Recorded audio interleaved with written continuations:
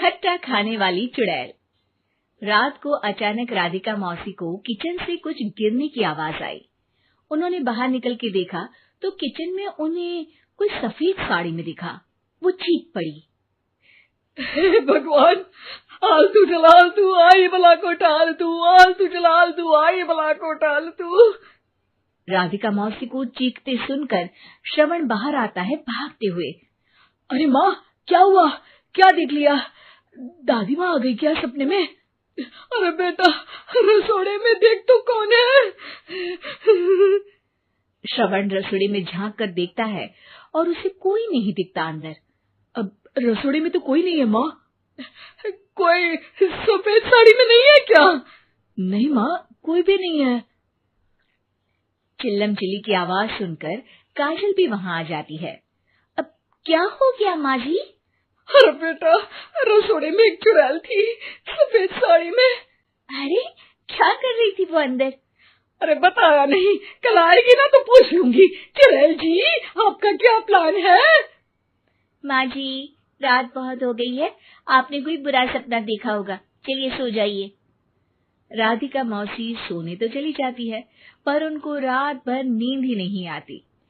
वो कुछ भी उलझुल बातें सोचने लगती है। कहीं चुड़ैल की वजह से तो घर में टेंशन नहीं हो रहा, कहीं उसी की वजह से तो वो दादी नहीं बन पा रही।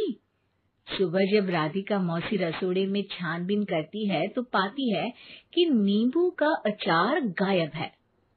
चुड़ैल नींबू का अचार ले गई, मुझे तो ठीक नहीं लग रहा कुछ। चुड़ैल को भी पता है कि जिंदगी का असली मजा तो खट्टे में ही है। राधिका मौसी झट से श्रवण को फोन कर देती है।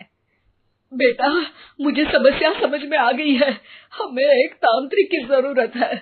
अरे क्या बोल रही हो माँ, तांत्रिक की क्या जरूरत है? आप पूजा पाठ तो कर ही रही हो ना।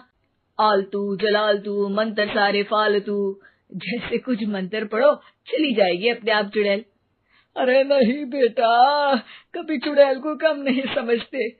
अरे तुझे पता भी नहीं चलेगा कि कभी वो छल करके काजल की जगह घर की बहू खुद बन जाएगी। क्या माँ, कुछ भी बोल रही हो? कहाँ काजल और कहाँ चुड़ैल? वैसे एक बात बताओ, काजल को अगर गाने के लिए बोल देना तो चुड़ैल काजल की आवाज सुनकर घर तो क्या धरती लोग छोड़कर चली जाएगी।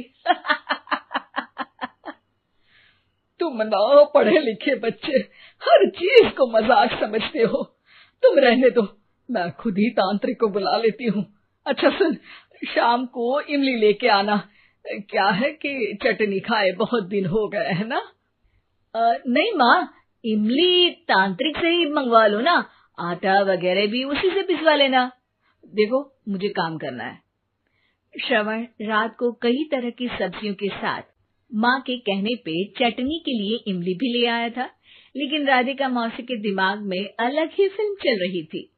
उन्हें अब सिर्फ शक ही नहीं यकीन होने लगा था कि शायद चुड़ैल ने श्रवण पर अपना जाल बिछा दिया था, जिस वजह से श्रवण उनकी बात ही नहीं मान रहा था। पर कोई नहीं, आने वाली रात में राधिका मौसी खुद तैयार हो गई चुड़ैल को पकड़ने के लिए। रुद्राक्ष की माला, तुलसी का पत्ता, हनुमान चालीसा सब हाथ के पास ही था, बस चुड़ैल का इंतजार था। और जैसा राधिका मौसी ने सोचा था वैसा ही हुआ। वो चुड़ैल उस रात भी आई, पर वो राधिका मौसी से तेज निकली और राधिका मौसी के उससे पकड़ने के पहले ही वो भाग खड़ी हुई। जरूर बहू पे साया है उस चुड़ैल का, तभी तो श्रवण के कमरे में गई है। और अगली सुबह राधिका मौसी पिछली रात हुए हमले में किन चीजों का नुकसान हुआ उसका हिसाब लगा रही थी। उनके खेमे से एक आम के अचार की शीशी भी गायब हो चुकी थी और वो इमली भी जो कल श्रवण लेकर आया था। राधिका मौसी इस बारे में सोच ही रही थी कि श्रवण जल्दी से रसोड़े में आकर दवाइयों की पोटली ढूंढने लगता है। अरे बेटा, क्या हो गया? अब माँ, वो काजल की तबीयत खराब है, बहुत घबराहट हो रही है उसे। हे भगवान, मैंने पहले ही कहा था कि तांत्रिक को बुला लेते हैं, पर नहीं। अब देखो, उस चुड़ैल ने काजल को अपने वश में करना शुरू भी कर दिया है। हालांकि श्रवण भूतों में विश्वास नहीं करता था, पर अब वो भी डर जाता है और राजी हो जाता है एक तांत्रिक को बुलाने के लिए। कुछ ही घंटों में तांत्रिक आ जाते हैं और राधिका मौसी तांत्रिक जी को सब बता देती है। घोर संकट, घनघोर संकट, चुड़ैल को मारू जोर चाकट, ओम भट स्वाहा खटखा के आहा। अरे ये क्या मंत्र है? मेरे खुद के ओरिजिनल मंत्र है, कल रात को ही लिखे हैं, अच्छे लगे तो दाद चाहूंगा। एक और मंत्र सुनो। अर्ज किया है आब्राकडाब्रा, दिल्ली बम्बई आगरा, चंदा मामा सोवरले सुरन मामू जारा। ये मंत्र है? अरे कोई 40 वालीसा पढ़ो ना। वक्त कम है, 40 नहीं पड़ेंगे, 20-25 में काम चलाना पड़ेगा। अलग निरंजन जाके लंदन, मुफ्त का मंजान घिस मेरे नंदन। अरे जल्दी करो तांत्रिक जी, जल्दी करो।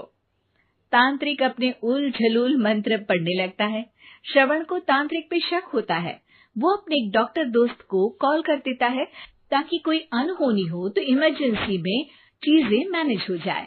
तांत्रिक धुनी रमाता है, जिसकी वजह से कमरे में काफी धुआं हो जाता है और जिसकी वजह से बहू की घबराहट बढ़ जाती है। अब भागेगी चुड़ैल। हाँ। बहू खांसते हुए धुएं से बचने के लिए बाहर चली जाती है। अरे भाग रही है, भाग रही है। पीछे पीछे श्रवण भी जाता है।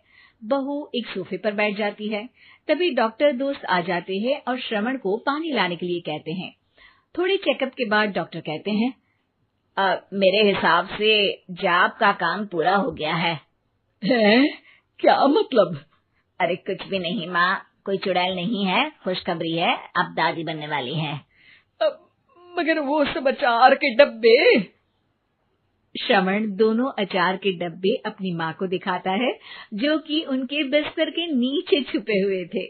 आपने सही बोला था माँ, वो चुड़ैल काजल ही थी जो खट्टा खा रही थी। हमें कल ही पता चला, पर हमने आपको ये तांत्रिक वाला काम करने दिया ताकि आपको भरोसा हो जाए कि भूत वगैरह कुछ होता ही नहीं। अच्छा अच्छा, ये तो बड़ी खुशी की बात है, पर बेटा मुझे एक झाड़ू तो ला दे। क्यों माँ? ये तांत्रिक का भूत उतारती हूँ मैं। अब तांत्रिक राधा मौसी के डर से घर से भाग निकलता है और राधा मौसी उसके पीछे भागती है। अरे संकट ये घनघोर है, तांत्रिक मुआ चोर है।